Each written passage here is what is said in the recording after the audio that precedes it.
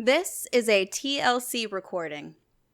The Picture of Dorian Gray by Oscar Wilde. Chapter 11. For years, Dorian Gray could not free himself from the influence of this book, or perhaps it would be more accurate to say that he never sought to free himself from it. He procured from Paris no less than 9 large paper copies of the first edition, and had them bound in different colors, so that they might suit his various moods and the changing fancies of a nature over which he seemed at times to have almost entirely lost control. The hero, the wonderful young Parisian in whom the romantic and the scientific temperaments were so strangely blended, became to him a kind of prefiguring type of himself. And, indeed, the whole book seemed to him to contain the story of his own life, written before he had lived it. In one point, he was more fortunate than the novel's fantastic hero. He never knew, never, indeed, had any cause to know, that somewhat grotesque dread of mirrors and polished metal surfaces and still water which came upon the young Parisian so early in his life, and was occasioned by the sudden decay of a beau that had once, apparently, been so remarkable. It was with an almost cruel joy, and perhaps in nearly every joy, as certainly in every pleasure, cruelty has its place, that he used to read the latter part of the book, with its really tragic if somewhat overemphasized account of the sorrow and despair of one who had himself lost what in others and the world he had most dearly valued. For the wonderful beauty that had so fascinated Basil Hallward, and many others besides him, seemed never to leave him. Even those who had heard the most evil things against him, and from time to time strange rumors about his mode of life crept through London and became the chatter of the clubs, could not believe anything to his dishonor when they saw him. He had always the look of one who had kept himself unspotted from the world. Men who talked grossly became silent when Dorian Gray entered the room. There was something in the purity of his face that rebuked them. His mere presence seemed to recall to them the memory of the innocence that they had tarnished. They wondered how one so charming and graceful as he could have escaped the stain an age that was at once sordid and sensual. Often, on returning home from one of those mysterious and prolonged absences that gave rise to such strange conjecture among those who were his friends, or thought that they were so, he himself would creep upstairs to the locked room, open the door with the key that never left him now, and stand, with a mirror, in front of the portrait that Basil Hallward had painted of him, looking now at the evil and aging face on the canvas, and now at the fair young face that laughed back at him from the polished glass. The very sharpness of the contrast used to quicken his sense of pleasure. He grew more and more enamored of his own beauty, more and more interested in the corruption of his own soul.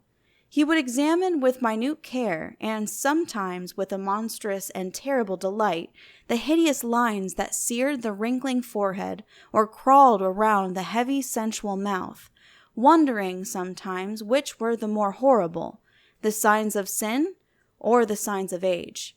He would place his white hands beside the coarse, bloated hands of the picture and smile. He mocked the misshapen body and the failing limbs. There were moments indeed at night when, lying sleepless in his own delicately scented chamber, or in the sordid room of the little ill-famed tavern near the docks which, under an assumed name and in disguise, it was his habit to frequent, he would think of the ruin he had brought upon his soul with a pity that was all the more poignant because it was purely selfish. But moments such as these were rare. That curiosity about life which Lord Henry had first stirred in him, as they sat together in the garden of their friend, seemed to increase with gratification. The more he knew, the more he desired to know.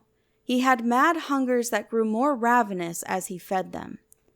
Yet he was not really reckless, at any rate in his relations to society. Once or twice every month during the winter, and on each Wednesday evening while the season lasted, he would throw open to the world his beautiful house and have the most celebrated musicians of the day to charm his guests with the wonders of their art. His little dinners, in the settling of which Lord Henry always assisted him, were noted as much for the careful selection and placing of those invited as for the exquisite taste shown in the decoration of the table, with its subtle symphonic arrangements of exotic flowers and embroidered cloths, and antique plate of gold and silver. Indeed, there were many, especially among the very young men, who saw, or fancied that they saw, in Dorian Gray the true realization of a type of which they had often dreamed in Eton or Oxford days, a type that was to combine something of the real culture of the scholar with all the grace and distinction and perfect manner of a citizen of the world. To them he seemed to be of the company of those whom Dante describes as having sought to make themselves perfect by the worship of beauty. Like Gautier, he was one for whom the visible world existed. And certainly to him, life itself was the first, the greatest of the arts, and for it all the other arts seemed to be but a preparation. Fashion, by which what is really fantastic becomes for a moment universal, and dandyism, which in its own way is an attempt to assert the absolute modernity of beauty, had of course their fascination for him. His mode of dressing and the particular styles that from time to time he affected had their marked influence on the young exquisites of the Mayfair balls and the Pall Mall club windows, who copied him in everything that he did, and tried to reproduce the accidental charm of his graceful, though to him only half serious, fopperies. For while he was but too ready to accept the position that was almost immediately offered to him on his coming of age, and found indeed a subtle pleasure in the thought that he might really become to the London of his own day what to imperial Neronian Rome the author of the Satyricon once had been, yet in his inmost heart he desired to be something more than a mere arbiter elegantarium, to be consulted on the wearing of a jewel, or the knotting of a necktie, or the conduct of a cane. He sought to elaborate some new scheme of life that would have its reasoned philosophy and its ordered principles, and find in the spiritualizing of the senses its highest realization. The worship of the senses has often, and with much justice, been decried, men feeling a natural instinct of terror about passions and sensations that seem stronger than themselves, and that they are conscious of sharing with the less highly organized forms of existence. But it appeared to Dorian Gray that the true nature of the senses had never been understood, and that they had remained savage and animal merely because the world had sought to starve them into submission or to kill them by pain, instead of aiming at making them elements of a new spirituality, of which a fine instinct for beauty was to be the dominant characteristic. As he looked back upon man moving through history, he was haunted by a feeling of loss. So much had been surrendered, and to such little purpose. There had been mad, willful rejections, monstrous forms of self-torture and self-denial, whose origin was fear and whose result was a degradation infinitely more terrible than that fancied degradation from which, in their ignorance, they had sought to escape. Nature, in her wonderful irony, driving out the anchorite to feed with the wild animals of the desert and giving to the hermit the beasts of the field as his companions. Yes, there was to be, as Lord Henry had prophesied, a new hedonism that was to recreate life and to save it from the harsh, uncomely Puritanism that is having, in our own day, its curious revival. It was to have its service of the intellect, certainly, yet it was never to accept any theory or system that would involve the sacrifice of any mode of passionate experience. Its aim, indeed, was to be experience itself, and not the fruits of experience, sweet or bitter as they might be. Of the asceticism that deadens the senses, as of the vulgar profligacy that dulls them, it was to know nothing. but it was to teach man to concentrate himself upon the moments of a life that is itself but a moment. There are few of us who have not sometimes wakened before dawn, either after one of those dreamless nights that make us almost enamored of death, or one of those nights of horror and misshapen joy, when through the chambers of the brain sweep phantoms more terrible than reality itself, and instinct, with that vivid life that lurks in all grotesques, and that lends to Gothic art its enduring vitality. This art being, one might fancy, especially the art of those whose minds have been troubled with the malady of reverie. Gradually, white fingers creep through the curtains, and they appear to tremble. In black, fantastic shapes, dumb shadows crawl into the corners of the room and crouch there. Outside, there is the stirring of birds among the leaves, or the sound of men going forth to their work, or the sigh and sob of the wind coming down from the hills and wandering round the silent house, as though it feared to wake the sleepers and yet must needs call forth sleep from her purple cave. Veil after veil of thin, dusky gauze is lifted, and by degrees the forms and colors of things are restored to them, and we watch the dawn remaking the world in its antique pattern. The wan mirrors get back their mimic life. The flameless tapers stand where we had left them, and beside them lies the half-cut book that we had been studying, or the wired flower that we had worn at the ball, or the letter that we had been afraid to read, or that we had read too often. Nothing seems to us changed. Out of the unreal shadows of the night comes back the real life that we had known.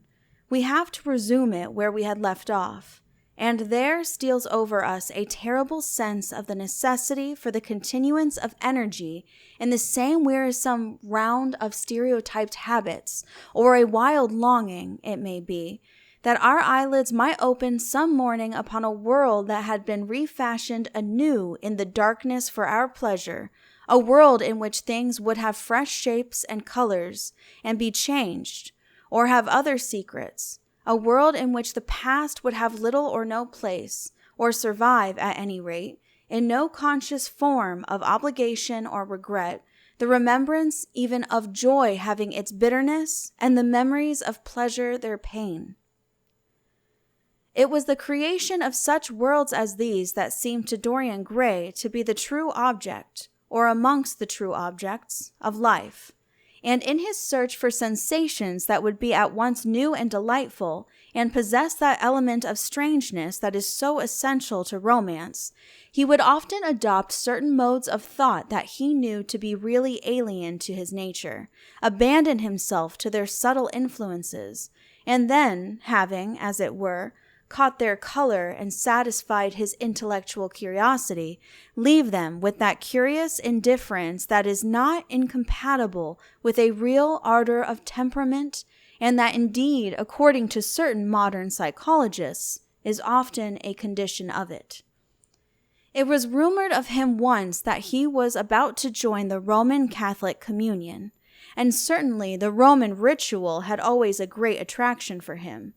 The daily sacrifice, more awful really than all the sacrifices of the antique world, stirred him as much by its superb rejection of the evidence of the senses as by the primitive simplicity of its elements and the eternal pathos of the human tragedy that it sought to symbolize.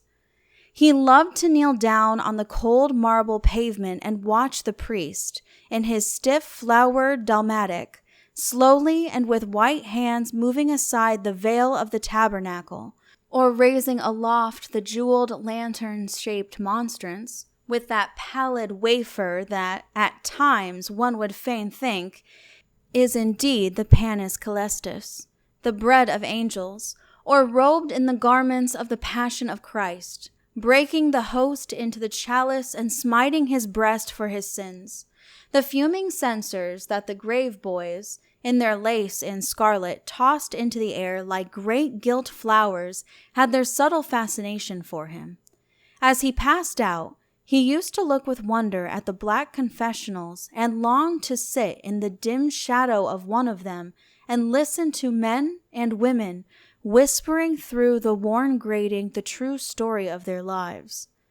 But he never fell into the error of arresting his intellectual development by any formal acceptance of creed or system, or of mistaking, for a house in which to live, an inn that is but suitable for the sojourn of a night, or for a few hours of a night in which there are no stars and the moon is in travail. Mysticism, with its marvelous power of making common things strange to us, and the subtle antinomianism that always seems to occupy it, moved him for a season. And for a season he inclined to the materialistic doctrines of the Darwinismus movement in Germany, and found a curious pleasure in tracing the thoughts and passions of men to some pearly cell in the brain, or some white nerve in the body, delighting in the conception of the absolute dependence of the spirit on certain physical conditions, morbid or healthy, normal or diseased. Yet, as has been said of him before, no theory of life seemed to him to be of any importance compared with life itself. He felt keenly conscious of how barren all intellectual speculation is when separated from action and experiment.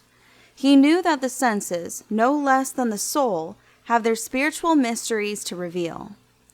And so he would now study perfumes and the secrets of their manufacture, distilling heavily scented oils and burning odorous gums from the East. He saw that there was no mood of the mind that had not its counterpart in the sensuous life, and set himself to discover their true relations, wondering what there was in frankincense that made one mystical, and in ambergris that stirred one's passions, and in violets that woke the memory of dead romances, and in music that troubled the brain, and in champak that stained the imagination, and seeking often to elaborate a real psychology of perfumes, and to estimate the several influences of sweet-smelling roots and scented pollen-laden flowers, of aromatic balms and of dark and fragrant woods, of spikenard that sickens, of Havinia that makes men mad, and of aloes that are said to be able to expel melancholy from the soul. At another time he devoted himself entirely to music, and in a long latticed room, with a vermilion and gold ceiling and walls of olive green lacquer, he used to give curious concerts in which mad gypsies tore wild music from little zithers, or grave yellow-shawled Tunisians plucked at the strained strings of monstrous lutes, while grinning Negroes beat monotonously upon copper drums, and, crouching upon scarlet mats, slim, turbaned Indians blew through long pipes of reed or brass, and charmed, or feigned to charm, great hooded snakes and horrible horned adders. The harsh intervals and shrill discords of barbaric music stirred him at times, when Schubert's Grace, and Chopin's Beautiful Sorrows, and the mighty harmonies of Beethoven himself fell unheeded on his ear. He collected together from all parts of the world the strangest instruments that could be found, either in the tombs of dead nations or among the few savage tribes that have survived contact with Western civilizations, and loved to touch and try them. He had the mysterious jurupari of the Rio Negro Indians that women are not allowed to look at, and that even youths may not see till they have been subjected to fasting and scourging, and the earthen jars of the Peruvians that have the shrill cries of birds, and flutes of human bones, such as Alfonso de Avol heard in Chile, and the sonorous green jaspers that are found near Cusco, and give forth a note of singular sweetness. He had painted gourds filled with pebbles that rattled when they were shaken, the long clarin of the Mexicans, into which the performer does not blow, but through which he inhales the air, the harsh tur of the Amazon tribes that is sounded by the sentinels who sit all day long in high trees, and can be heard, it is said, at a distance of 3 leagues, the Tempanasli, that has 2 vibrating tongues of wood and is beaten with sticks that are smeared with an elastic gum obtained from the milky juice of plants, the yodel bells of the Aztecs that are hung in clusters like grapes, and a huge cylindrical drum covered with the skins of great serpents, like the one that Bernal Diaz saw when he went with the Cortez into the Mexican temple, and of whose doleful sound he has left us so vivid a description. The fantastic character of these instruments fascinated him, and he felt a curious delight in the thought that art, like nature, has her monsters, things of bestial shape and with hideous voices.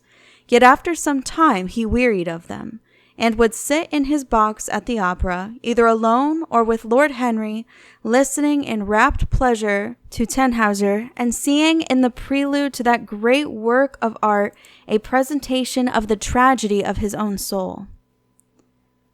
On one occasion he took up the study of jewels, and appeared at a costume ball as Anne de Joyeuse, Admiral of France, in a dress covered with 560 pearls. This taste enthralled him for years, and indeed may be said never to have left him. He would often spend a whole day settling and resettling in their cases the various stones that he had collected, such as the olive-green chrysoberyl that turns red by lamplight, and the semaphane with its wire-like line of silver, the pistachio-colored peridot, rose-pink and wine-yellow topazes, carbuncles of fiery scarlet with tremulous four-rayed stars, flame-red cinnamon stones, orange and violet spinels, and amethysts with their alternate layers of ruby and sapphire. He loved the red gold of the sunstone, and the moonstone's pearly whiteness, and the broken rainbow of the milky opal.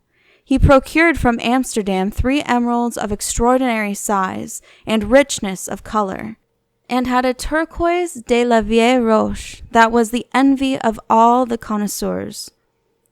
He discovered wonderful stories also about jewels. In Alfonso's Clericalis Disciplina, a serpent was mentioned with eyes of real jacinth, and in the romantic history of Alexander, the conqueror of Amathia, was said to have found in the Vale of Jordan snakes with collars of real emeralds growing on their backs. There was a gem in the brain of the dragon, Philostratus told us, and by the exhibition of golden letters and a scarlet robe, the monster could be thrown into a magical sleep and slain. According to the great alchemist Pierre de Boniface, the diamond rendered a man invisible, and the agate of India made him eloquent. The cornelian appeased anger, and the hyacinth provoked sleep, and the amethyst drove away the fumes of wine. The garnet cast out demons, and the hydropicus deprived the moon of her color. The selenite waxed and waned with the moon, and the molasses that discovers thieves could be affected only by the blood of kids. Leonardus Camillus had seen a white stone taken from the brain of a newly killed toad, and was a certain antidote against poison. The bezoar was found in the heart of the Arabian deer, was a charm that could cure the plague. In the nests of Arabian birds was the aspilates, that, according to Democritus, kept the wearer from any danger by fire. The king of Ceylon rode through his city with a large ruby in his hand, as the ceremony of his coronation. The gates of the palace of John the priest were made of sardius, with the horn of the horned snake inwrought, so that no man might bring poison within. Over the gable were 2 golden apples, in which were 2 carbuncles, so that the gold might shine by day and the carbuncles by night. In Lodge's strange romance, A Marguerite of America, it was stated that in the chamber of the queen one could behold all the chaste ladies of the world, enchased out of silver, looking through fair mirrors of chrysolites, carbuncles, sapphires, and green emeralds. Marco Polo had seen the inhabitants of Zipangu place rose-colored pearls in the mouths of the dead. A sea monster had been enamored of the pearl that the diver brought to King Perozes, and had slain the thief, and mourned for 7 moons over its loss. When the Huns lured the king into a great pit, he flung it away. Procopius tells the story, nor was it ever found again, though the emperor Anastasius offered 500 weight of gold pieces for it. The king of Malabar had shown to a certain Venetian a rosary of 304 pearls, one for every god that he worshipped. When the Duke de Valentinois, son of Alexander VI, visited Louis XII of France, his horse was loaded with gold leaves, according to Brantome, and his cap had double rows of rubies that threw out a great light. Charles of England had ridden in stirrups hung with 421 diamonds. Richard II had a coat valued at 30,000 marks, which was covered with balass rubies. Hall described Henry VIII on his way to the Tower previous to his coronation as wearing a jacket of raised gold, the placard embroidered with diamonds and other rich stones, and a great bowder-like about his neck of large balassus. The favorites of James I wore earrings of emeralds set in gold filigrane. Edward II gave to Piers Gaveston a suit of red gold armor studded with jacinths, a collar of gold roses set with turquoise stones, and a skull cap parsimi with pearls. Henry II wore jeweled gloves reaching to the elbows, and had a hawk glove sewn with 12 rubies and 52 great orients. The ducal hat of Charles the Rash, the last Duke of Burgundy of his race, was hung with pear-shaped pearls and studded sapphires. How exquisite life had once been! How gorgeous in its pomp and decoration! Even to read of the luxury of the dead was wonderful. Then he turned his attention to embroideries and to the tapestries that performed the office of frescoes in the chill rooms of the northern nations of Europe. As he investigated the subject, and he always had an extraordinary faculty of becoming absolutely absorbed for the moment in whatever he took up, he was almost saddened by the reflection of the ruin that time brought on beautiful and wonderful things. He, at any rate, had escaped that. Summer followed summer, and the yellow jonquils bloomed and died many times. The nights of horror repeated the stories of their shame, but he was unchanged. No winter marred his face or stained his flower-like bloom. How different it was with material things! Where had they passed to? Where was the great crocus-colored robe on which the gods fought against the giants that had been worked by brown girls for the pleasure of Athena? Where the huge velarium that Nero had stretched across the Colosseum at Rome, the Titan sail of purple on which was represented the starry sky, and Apollo driving a chariot drawn by white, gilt-reined steeds?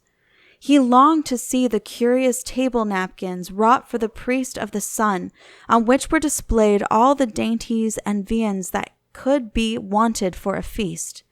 The mortuary cloth of King Chilperic, with its 300 golden bees, the fantastic robes that excited the indignation of the Bishop of Pontus and were figured with lions, panthers, bears, dogs, forests, rocks, hunters, all, in fact, that a painter can copy from nature, and the coat that Charles of Orleans once wore, on the sleeves of which were embroidered the verses of a song beginning, Madame, je suis tout joyeux. The musical accompaniment of the words being wrought in gold thread, and each note of square shape in those days formed with 4 pearls. He read of the room that was prepared at the Palace of Reims for the use of Queen Joan of Burgundy, and was decorated with 1,321 parrots, made in broidery, and blazoned with the king's arms, and 561 butterflies, whose wings were similarly ornamented with the arms of the queen, the whole worked in gold. Catherine de Medicis had a mourning bed made for her of black velvet powdered with crescents and suns. Its curtains were of damask, with leafy wreaths and garlands, figured upon a gold and silver ground, and fringed along the edges with broideries of pearls, and it stood in a room hung with rows of the queen's devices in cut black velvet upon cloth of silver. Louis XIV had gold embroidered caryatides 15 feet high in his apartment. The state bed of Sobieski, King of Poland, was made of Smyrna gold brocade embroidered in turquoises with verses from the Koran. Its supports were of silver gilt, beautifully chased and profusely set with enameled and jeweled medallions. It had been taken from the Turkish camp before Vienna, and the standard of Mohammed had stood beneath the tremulous gilt of its canopy. And so for a whole year he sought to accumulate the most exquisite specimens that he could find of textile and embroidered work, getting all the dainty Delhi muslins, finely wrought with gold thread palmates and stitched over with iridescent beetles' wings, the Dhaka gauzes, that from their transparency are known in the East as woven air and running water and evening dew, strange figured cloths from Java, elaborate yellow Chinese hangings, books bound in tawny satins or fair blue silks and wrought with fleur-de-lis, birds and images, veils of lasses worked in Hungary point, Sicilian brocades and stiff Spanish velvets, Georgian work with its gilt coins, and Japanese fukusas with their green-toned golds and their marvelously plumaged birds. He had a special passion also for ecclesiastical vestments, as indeed he had for everything connected with the service of the church. In the long cedar chests that lined the west gallery of his house, he had stored away many rare and beautiful specimens of what is really the raiment of the bride of Christ, who must wear purple and jewels and fine linen, that she may hide the pallid, macerated body that is worn by the suffering that she seeks for, and wounded by self-inflicted pain. He possessed a gorgeous cope of crimson silk and gold thread damask, figured with a repeating pattern of golden pomegranates set in 6-petaled formal blossoms, beyond which on either side was the pineapple device wrought in seed pearls. The orphreys were divided into panels representing scenes from the life of the Virgin, and the coronation of the Virgin was figured in colored silks upon the hood. This was Italian work of the 15th century. Another cope was of green velvet, embroidered with heart-shaped groups of acanthus leaves, from which spreads long-stemmed white blossoms, the details of which were picked out with silver thread and colored crystals. The Morse bore a seraph's head in gold thread raised work. The orphreys were woven in a diaper of red and gold silk, and were starred with medallions of many saints and martyrs, among whom was Saint Sebastian. He had chasubles also of amber-colored silk and blue silk and gold brocade, and yellow silk damask and cloth of gold, figured with representations of the Passion and Crucifixion of Christ, and embroidered with lions and peacocks and other emblems. Dalmatics of white satin and pink silk damask, decorated with tulips and dolphins and fleur-de-lis, altar frontals of crimson velvet and blue linen, and many corporals, chalice veils, and sudaria. In the mystic offices to which such things were put, there was something that quickened his imagination. For these treasures and everything that he collected in his lovely house were to be to him means of forgetfulness, modes by which he could escape for a season from the fear that seemed to him at times to be almost too great to be borne. Upon the walls of the lonely locked room where he had spent so much of his boyhood, he had hung with his own hands the terrible portrait whose changing features showed him the real degradation of his life, and in front of it had draped the purple and gold pall as a curtain. For weeks he would not go there, would forget the hideous painted thing, and get back his light heart, his wonderful joyousness, his passionate absorption in mere existence. Then, suddenly, some night he would creep out of the house, go down to dreadful places near Blue Gate Fields and stay there day after day until he was driven away. On his return, he would sit in front of the picture, sometimes loathing it and himself, but filled at other times with that pride of individualism that is half the fascination of sin, and smiling with secret pleasure at the misshapen shadow that had to bear the burden that should have been his own. After a few years, he could not endure to be long out of England, and gave up the villa that he had shared at Trouville with Lord Henry, as well as the little white walled-in house at the Algiers, where they had more than once spent the winter. He hated to be separated from the picture that was such a part of his life, and was also afraid that during his absence someone might gain access to the room, in spite of the elaborate bars that he had caused to be placed upon the door. He was quite conscious that this would tell them nothing. It was true that the portrait still preserved, under all the foulness and ugliness of the face, its marked likeness to himself. But what could they learn from that? He would laugh at anyone who tried to taunt him. He had not painted it. What was it to him how vile and full of shame it looked? Even if he told them, would they believe it? Yet he was afraid. Sometimes when he was down at his great house in Nottinghamshire, entertaining the fashionable young men of his own rank, who were his chief companions, and astounding the country by the wanton luxury and gorgeous splendor of his mode of life, he would suddenly leave his guests and rush back to town to see that the door had not been tampered with, and that the picture was still there. What if it should be stolen? The mere thought made him cold with horror. Surely the world would know his secret then. Perhaps the world already suspected it. For while he fascinated many, there were not a few who distrusted him. He was very nearly blackballed at a West End club of which his birth and social position fully entitled him to become a member, and it was said that on one occasion, when he was brought by a friend into the smoking room of the Churchill, the Duke of Berwick and another gentleman got up in a marked manner and went out. Curious stories became current about him after he had passed his 25th year. It was rumored that he had been seen brawling with foreign sailors in a low den in the distant parts of Whitechapel, and that he had consorted with thieves and coiners and knew the mysteries of their trade. His extraordinary absences became notorious, and when he used to reappear again society, men would whisper to each other in corners, or pass him with a sneer, or look at him with cold searching eyes as though they were determined to discover his secret.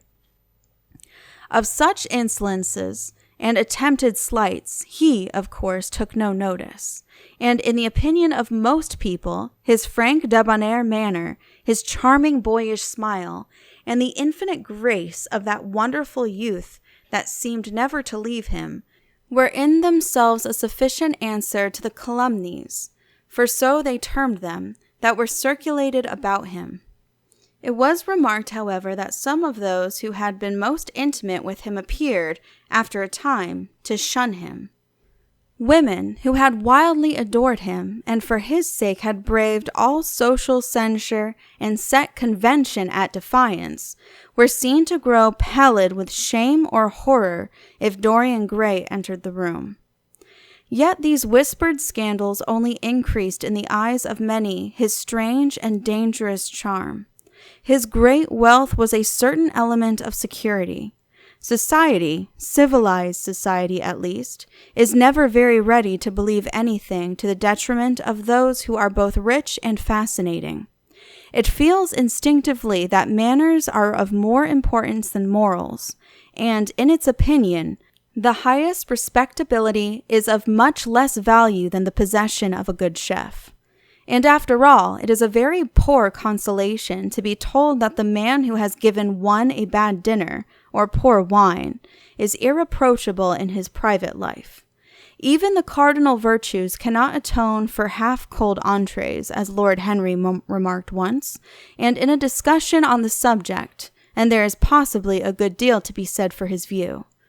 For the canons of good society are, or should be, the same as the canons of art. Form is absolutely essential to it. It should have the dignity of a ceremony, as well as its unreality, and should combine with insincere character of a romantic play with the wit and beauty that makes such plays delightful to us. Is insincerity such a terrible thing? I think not. It is merely a method by which we can multiply our personalities. Such, at any rate, was Dorian Gray's opinion. He used to wonder at the shallow psychology of those who conceive the ego in man as a thing simple, permanent, reliable, and of one essence. To him, man was a being with myriad lives and myriad sensations, a complex, multiform creature that bore within itself strange legacies of thought and passion, and whose very flesh was tainted with the monstrous maladies of the dead. He loved to stroll through the gaunt, cold picture gallery of his country house and look at the various portraits of those whose blood flowed in his veins. Here was Philip Herbert, described by Francis Osborne in his memoirs of the reigns of Queen Elizabeth and King James as one who was caressed by the Count for his handsome face, which kept him not long company. Was it young Herbert's life that he sometimes led?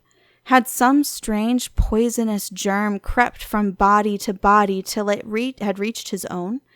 Was it some dim sense of that ruined grace that had made him so suddenly, and almost without cause, give utterance in Basil Hallward's studio to the mad prayer that had so changed his life?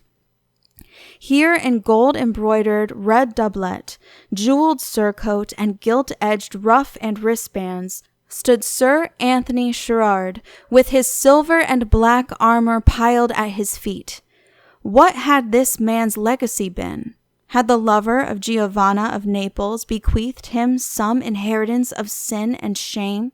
Were his own actions merely the dreams that the dead man had not dared to realize? Here from the fading canvas smiled Lady Elizabeth Devereux, in her gauze hood, pearl stomacher, and pink-slashed sleeves. A flower was in her right hand, and her left clasped an enameled collar of white and damask roses. On a table by her side lay a mandolin and an apple. There were large green rosettes upon her little pointed shoes. He knew her life and the strange stories that were told about her lovers. Had he something of her temperament in him? These oval, heavy-lidded eyes seemed to look curiously at him. What of George Willoughby, with his powdered hair and fantastic patches? How evil he looked! The face of saturnine and swarthy, and the sensual lips seemed to be twisted with disdain. Delicate lace ruffles fell over the lean yellow hands that were so overladen with rings. He had been a macaroni of the 18th century, and the friend in his youth of Lord Ferrars. What of the second Lord Beckenham, the companion of the Prince Regent in his wildest days, and one of the witnesses at the secret marriage with Mrs. Fitzherbert? How proud and handsome he was, with his chestnut curls and insolent pose! What passions had he bequeathed! The world had looked upon him as infamous. He had led the orgies at Carlton House. The star of the Garter glittered upon his breast. Beside him hung the portrait of his wife, a pallid, thin-lipped woman in black. Her blood also stirred within him. How curious it all seemed, and his mother with her Lady Hamilton face and her moist wine-dashed lips. He knew what he had got from her. He had got from her his beauty, and his passion for the beauty of others. She laughed at him in her loose, bachant dress. There were vine leaves in her hair. The purple spilled from the cup she was holding. The carnations of the painting had withered, but the eyes were still wonderful in their depth and brilliancy of color. They seemed to follow him wherever he went. Yet one had ancestors in literature as well as in one's own race. Nearer, perhaps, in type and temperament, many of them, and certainly with an influence of which one was more absolutely conscious. There were times when it appeared to Dorian Gray that the whole of history was merely the record of his own life, not as he had lived it in act and circumstance, but as his imagination had created it for him, as it had been in his brain and in his passions. He felt that he had known them all, those strange, terrible figures that had passed across the stage of the world and made sin so marvelous and evil, so full of subtlety. It seemed to him that in some mysterious way their lives had been his own. The hero of the wonderful novel that had so influenced his life had himself known this curious fancy. In the 7th chapter he tells how, crowned with laurel, lest lightning might strike him, he had sat at Tiberias, in a garden at Capri, reading the shameful books Elephantis, while dwarves and peacocks strutted round him, and the flute-like player mocked the swinger of the censer, and, as Caligula had caroused with green-shirted jockeys in their stables and supped in an ivory manger with a jewel-frontleted horse, and as Domitian had wandered through a corridor lined with marble mirrors, looking round with haggard eyes for the reflection of the dagger that was to end his days, and sick with that ennui, that terrible tedium vitae that comes on those whom life denies nothing, and had peered through a clear emerald at the red shambles of the circus, and then, in a litter of pearl and purple drawn by silver-shod mules, been carried through the street of pomegranates to a house of gold, and heard men cry on Nero Caesar as he passed by, and as Elagabalus had painted his face with colors, and plied the distaff among women, and brought the moon from Carthage and given her in mystic marriage to the sun.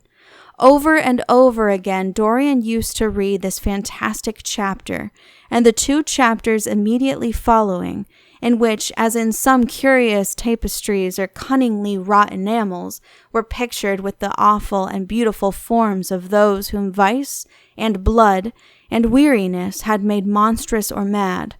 Filippo, Duke of Milan, who slew his wife and painted her lips with a scarlet poison that her lover might suck death from the dead thing he fondled.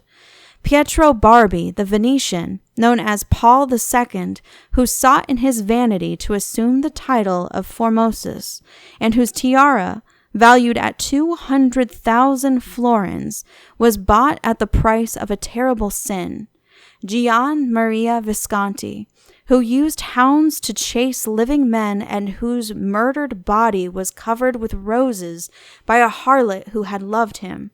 The Borgia, on his white horse, with fratricide riding beside him, and his mantle stained with the blood of Perato. Pietro Riario, the young Cardinal Archbishop of Florence, child and minion of Sixtus IV, whose beauty was equalled only by his debauchery, and who received Leonora of Aragon in a pavilion of white and crimson silk, filled with nymphs and centaurs, and gilded a boy that he might serve at the feast as Ganymede or Hylas. Ezelin, whose melancholy could be cured only by the spectacle of death, and who had a passion for red blood, as other men have for red wine. The son of the fiend, as was reported, and one who had cheated his father at dice when gambling with him for his own soul. Giambattista Cibo, who in mockery took the name of Innocent, and into whose torpid veins the blood of 3 lads was infused by a Jewish doctor. Sigismondo Malatesta, the lover of Zada, and the lord of Rimini, whose effigy was burned at Rome as the enemy of God and man, who strangled Polissena with a napkin, and gave poison to Ginevra d'Este in a cup of emerald, and in honor of a shameful passion built a pagan church for Christian worship. Charles VI, who had so wildly adored his brother's wife that a leper had warned him of the insanity that was coming on him, and who, when his brain had sickened and grown strange, could only be soothed by Saracen cards painted with the images of love and death and madness, and in his trimmed jerkin and jeweled cap, the acanthus-like curls, Griffonetto Baglioni, who slew Astor with his bride and Simonetto with his page, and whose comeliness was such that, as he lay dying in the yellow piazza of Perugia, those who had hated him could not choose but weep, and Atalanta, who had cursed him, blessed him. There was a horrible fascination in them all. He saw them at night, and they troubled his imagination in the day. The Renaissance knew of strange manners of poisoning by a helmet and a lighted torch, by an embroidered glove and a jeweled fan, by a gilded pomander, and by an amber chain. Dorian Gray had been poisoned by a book. There were moments when he looked on evil simply as a mode through which he could realize his conception of the beautiful. End of chapter 11. Please click the link below to continue on to chapter 12. This has been a TLC recording. Thank you for listening, and please be sure to subscribe.